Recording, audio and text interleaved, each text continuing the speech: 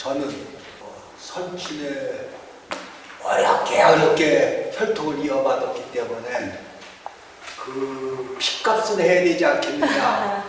맞습니다. 하면서 살았지 어디 가서 부귀 영화를 누리고 누구한테 누구 저 지시고 한 그런 경우는 없습니다.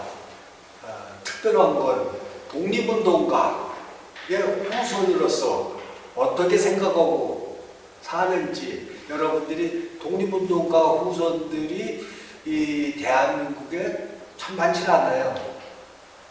국가유공자나 국가유공자 후손은 대한민국에 수십만 명입니다. 그런데 대한민국에서 독립유공자 및 그 유족으로서 국가로부터 독립유공자 예우받는 분은 대한민국에서 7,000명밖에 안 돼요. 그래서 한 동네에 한 사람도 있기가 어렵죠.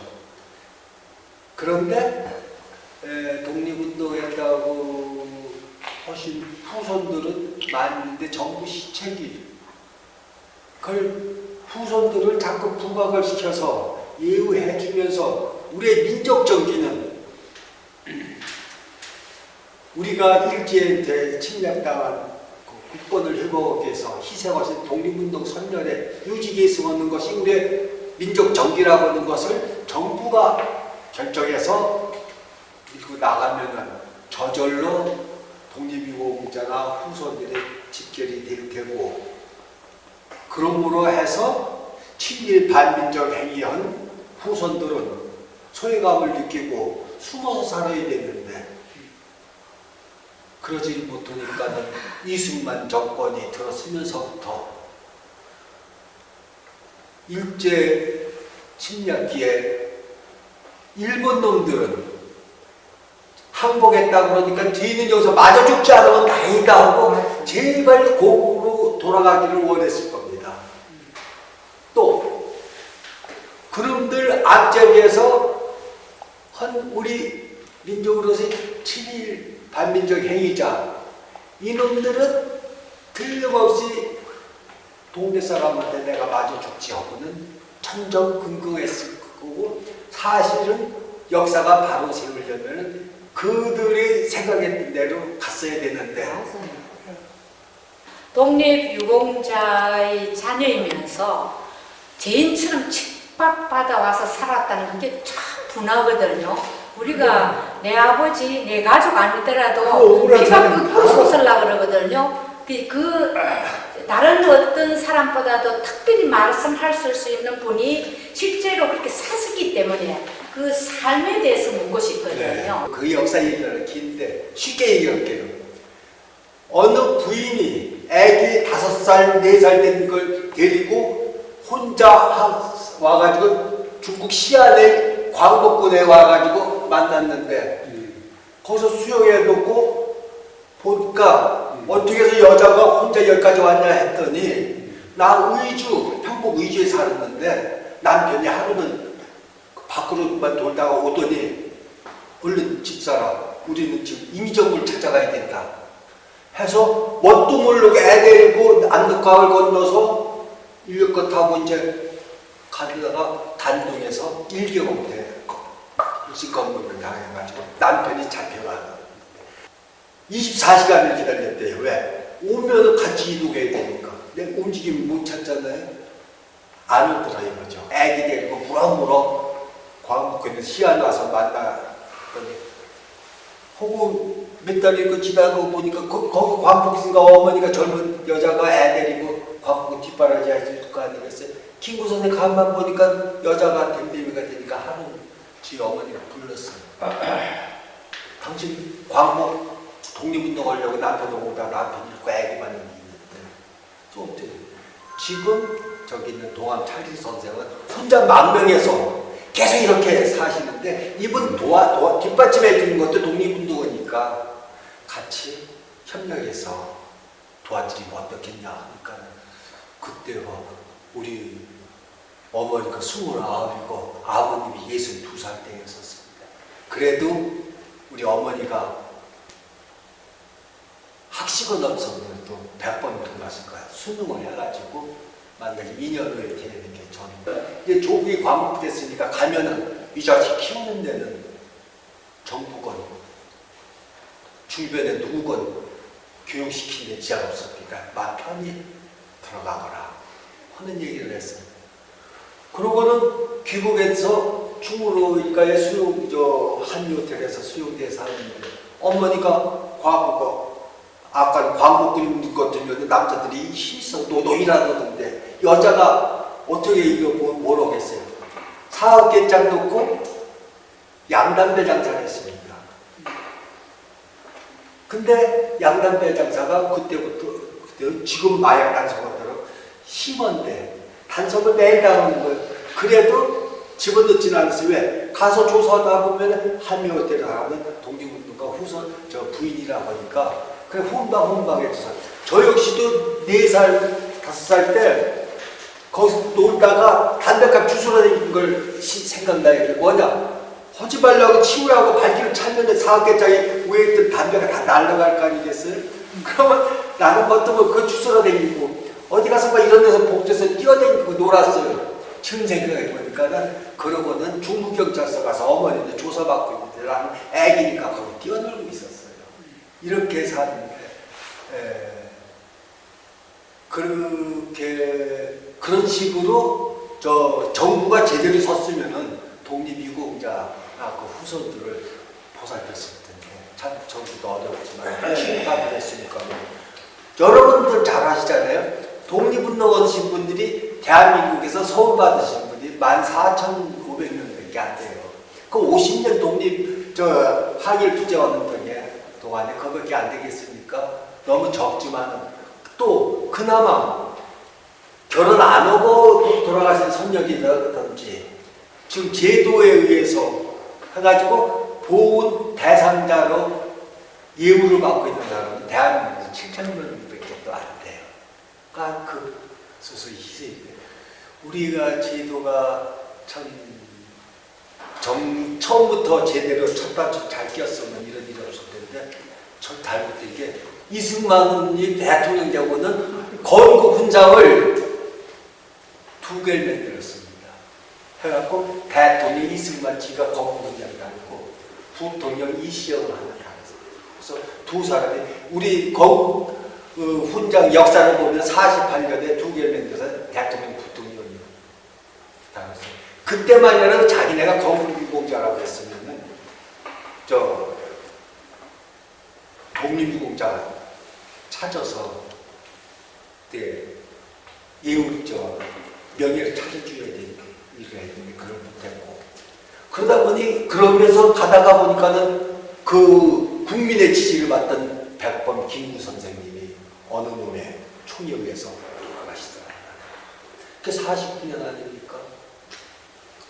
근데 제가 50년도에 학교 입학을 하게 됩니다. 근데 우리 어머니가 봤을 때 백범 김구 선생님 같은 사람도 분이 소위가 총을 쏴서 암살을 할 정도면은 앞으로 독립운동 온 사람이나 그 후손들은 여기에서 살아남은 길이 없겠구나. 피해만 당하겠구나. 근데 학교 다니기 전에는 뭐 안 했지만 학교 입학 걸려면은 암흑의 차영조라고 이름을 한번 차리석 선생의 자식이라는 게 노출되니까 이래서는 안 되겠다. 아무도 모르게 돼 있다고는 성을 신영조로 바꿨어요. 왜 또 신영조냐? 한자에 수레거자를 쓴 데다가 위핵 아래 핵을 띄니까는 신가가 되더라고요. 그래서 제가 신영조로 초등학교를 입학하게 됩니다. 이렇게 대한민국에서 내 성 가지고도 살기 어려웠던 시절이 해방정국이었었고 김구 선생님이 돌아가셨어도 거기에 그때 당시에 이승만이는 그렇다 하더라도 이시영 선생님이 인정부의 유인이었었고 국무총리가 이범석이었었습니다.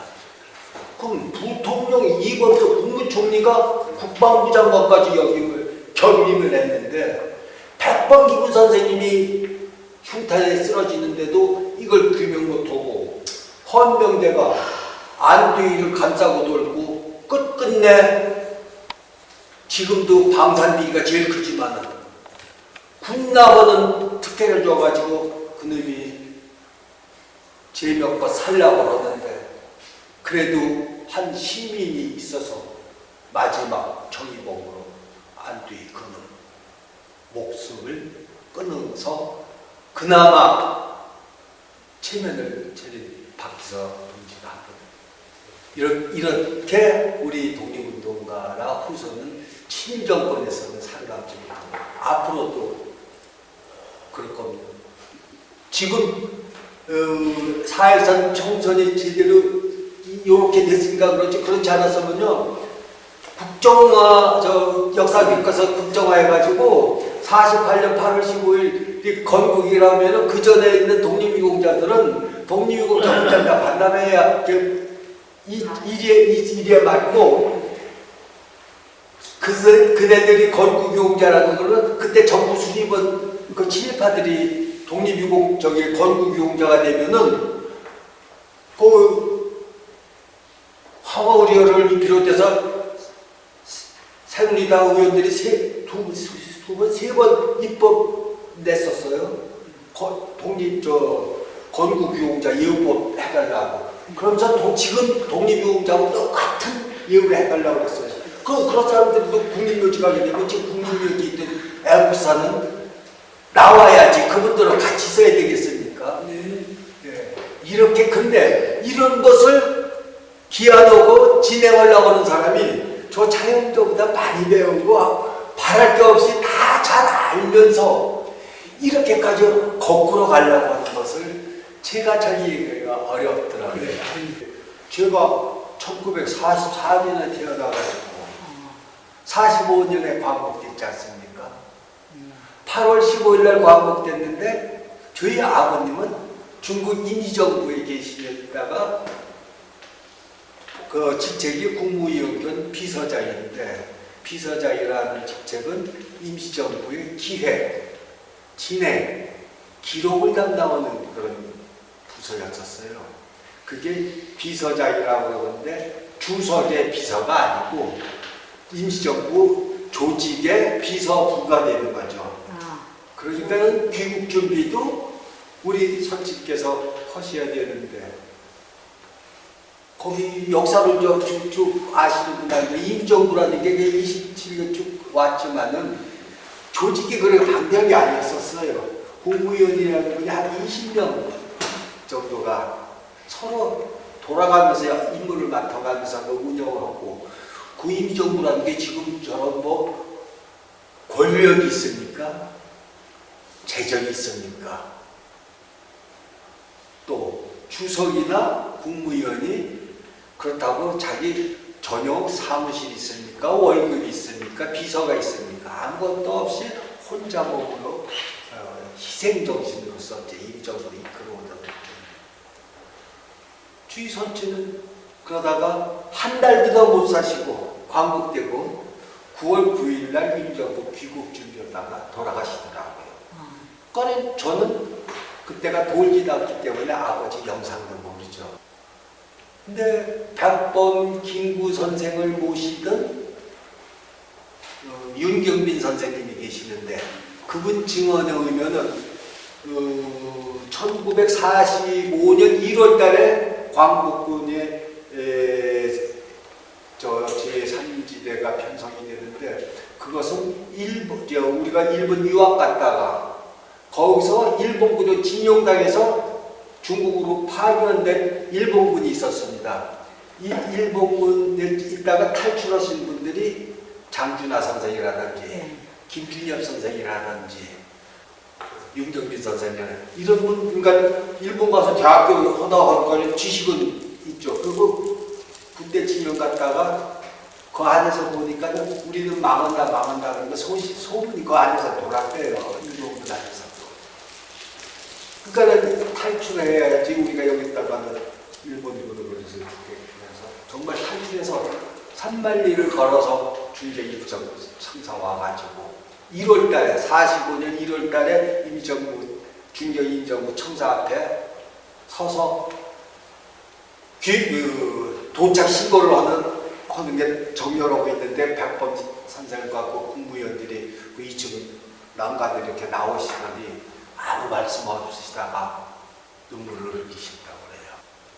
이렇게 우리 젊은이들이 일본군을 탈출해서 여기가 온 거 보니까 우리네들에게는 한일 독립운동 정신 여기에 희망이 있다. 감격에 눈물을 흘리는 것이 첫 번째였었고, 두 번째는 여러분들이 많이 들으셨을 거예요. 일본이 항복했다고 하는 항복문을 소식을 듣고 백범 선생은 광복군을 한국 진주시켜가지고 무장투쟁을 허물어 해가지고 연합군의 일원으로서 지위를 확보하려고 준비를 다 했는데, 그러고 날짜만 기다리고 있는데 일본이 항복했다니까 우리 준비했다는 것이 없으니까 백범 선생은 정말 1875년생 정말 오래전 어른이시지만 그때 당시 국제정세를 파악하고 우리가 발언권이 없어졌거든요. 눈물을 흘리신 게 두 번째고, 세 번째가 조국 광복이 돼가지고 귀국 준비를 하는데 자기 주석과 임정부를 도맡아서 안살림을 다 해주던 지선진 동학 차지석 선생이 한 달도 못 살고 돌아가시게 됐다고 입원하니까 병원에 찾아오니까는 저희 선생님께서 내가 지금 여기서 여인이 쓰러진다. 저 광복됐는데 집에 고국에 못 가겠는데 원통하다 아직도 할 일이 있는데 하면서 우시니까는 백범이 같이 붙잡고 우시는 걸 보고 그래서 그 윤경빈 경위대장 하시던 분의 증언을 보면 자기가 1년 동안 오시는데 3번 오시는 걸 봤다 하는 말씀을 하시는데, 그래도 저는 아버님이 얼굴도 모르고 아버지가 해주는 밥 한 그릇 먹어보지도 못하고 컸는데 백범 김구 선생님께서 45년 11월 24일 날 미국 놈들이 그럼 8월 15일 날 광복됐는데 임정부가 왜 11월 24일 날 들어옵니까? 그러니까는 지위도 안 주고 편의 시절도 안 주니까는 중경을 떠나서 사람이 와서 대기하고 있다가 마지막부터 11월 달에 미국 놈들이 교통편에 갖고 왔는데, 그것도 임정부에서 평생 독립운동 하시던 그 지도자들이 오시면 국민들이 환영을 하고, 정말 지금 올림픽 가서 메달 하나 따도 공항에서 환영식을 하고 난리인데 조국 광복을 했고, 그동안에 순국선진들이 얼마나 많았습니까? 많은 분들의 희생을 생각해서라도 임정부가 오늘 환영을 받아야 되는데 김포공항에 도착을 합니다. 장갑차가 대기하고 있더랍니다. 환영 인파는 한 사람도 없고요. 바로 장갑차에 타고 일반 버스 같은 건 없었어요. 그리고 귀국하는 그런 수모를 나오시면서 들으셨어요. 그러다 보니 아까 말씀드린 것처럼 2차 대전이 끝나서 일본이 항복해서 일본 놈이나 그 앞잡이 친일파들은 목숨을 내놓고 재산 다 내놓고 처형을 당하는 4년 지배받았던 프랑스는 사형을 7,000명인가 8,000명을 했어요. 무기징역을 2만 명. 근데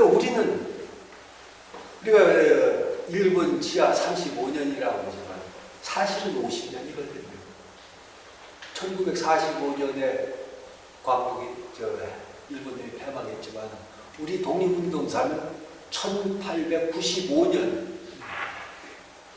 명성황후 시해 때부터를 독립운동으로 해서 그때 일어난 의병이 최초의 독립유공자입니다.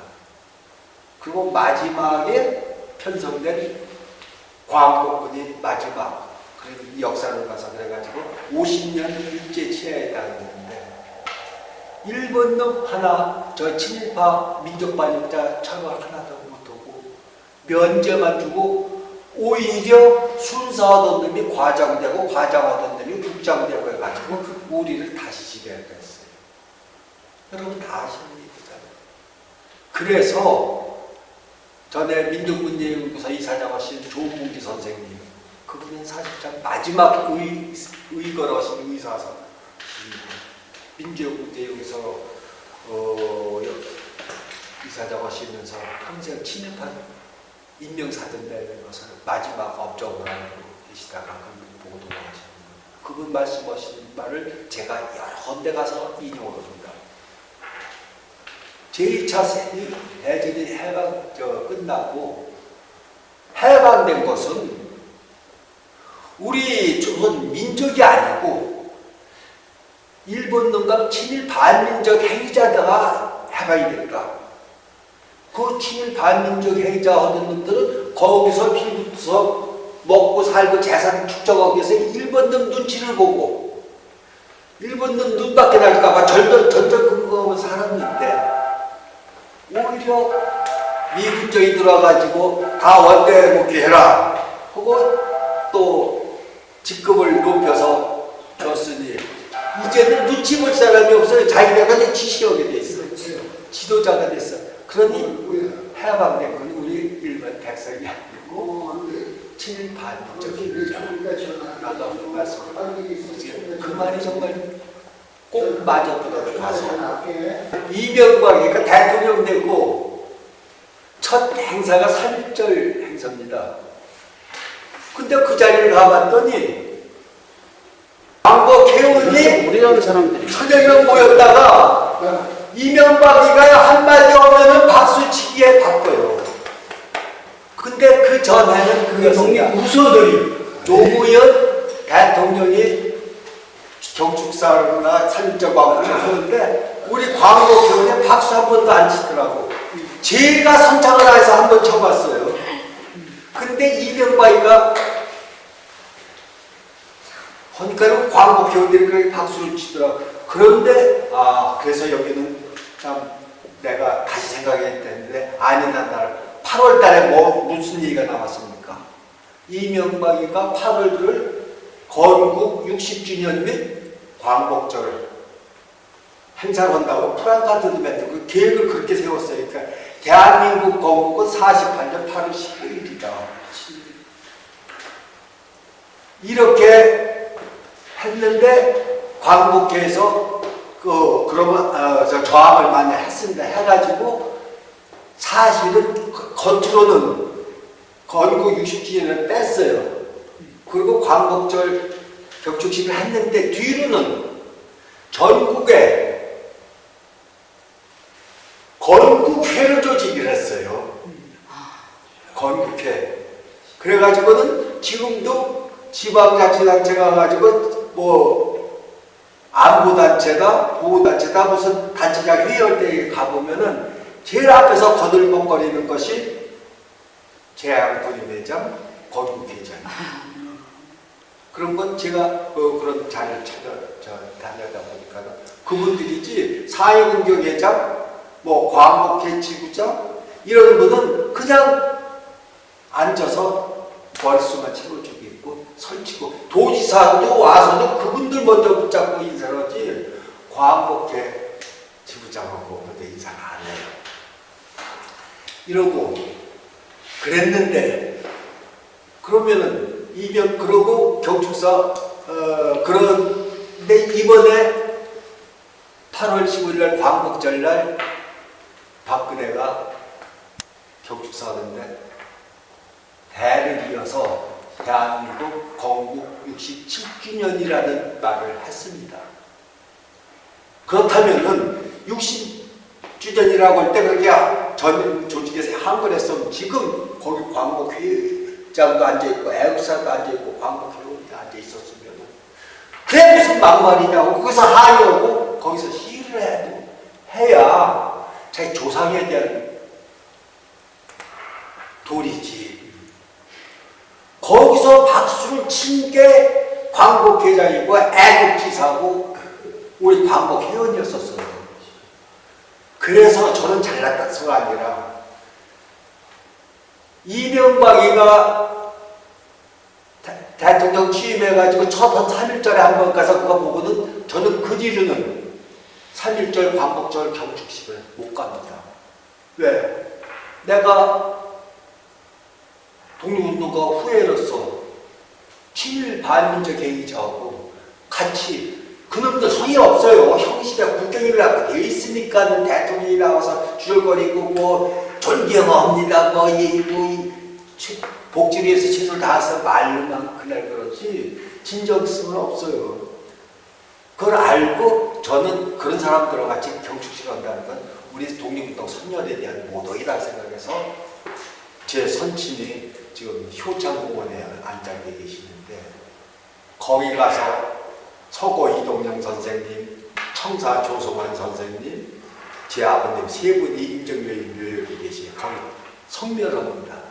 그리고 옆으로 옮기면은 이봉창 의사, 백전규 의사, 윤봉길 의사 세 분의 의사 묘역이 있어 거기 성묘를 보고 제일 끝에 김우 선생님 한 성묘하면서 선생님 사죄를 하면서 성묘를 합니다.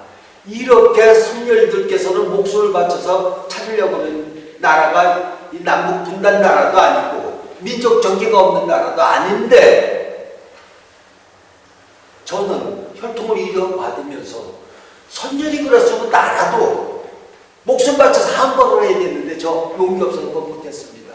또 내가 목숨을 던져가지고 삐를 광복면에 되고 보훈처우 옥상 가서는 투신하면서 여러분은 주장을 한다고 해서 이게 바뀔 것 같으면 그렇게라도 해야죠.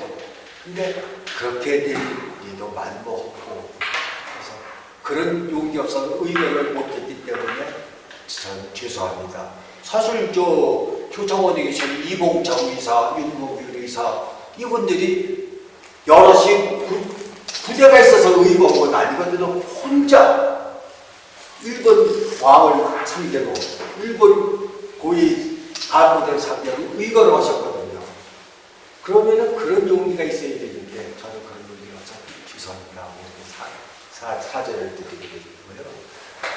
그러다 보니까 지금도 우리가 이렇게 속상한 일이 여러분들 많으시죠. 똑같습니다. 여기 뭐 말씀 안 드려도 지금 나라 꼴이 이게 말이 아닌데 그래도 다행히 저는 사실 전전국에서 4.13 총선 결과가 또 뭐 걔네들이 말하는 것처럼 180명 당선 바라보고 200명 당선 바라보고 헌법 개정까지 하게 되면 우리가 지금 하고 있는 유구한 역사와 전통이라는 건 다 없어지고 70년 된 신생국밖에 안 되는데 무슨 유구한 역사가 있겠습니까? 그래서 헌법을 개정해야 될 일이 생기니까 이 꼴을 보면은 어떻게 되겠어요? 국립현충원에서 독립운동 선배들은 반역자가 되어있는데 45년 8월 15일 건국이라면은 우리는 일본 왕한테 반역자가 되고 우리 역사하고는 아무 상관이 없어요. 그래서 걱정했는데 우리 국민의 현명에서 묘하게 전부 과반을 이기지 않고 3등 체제를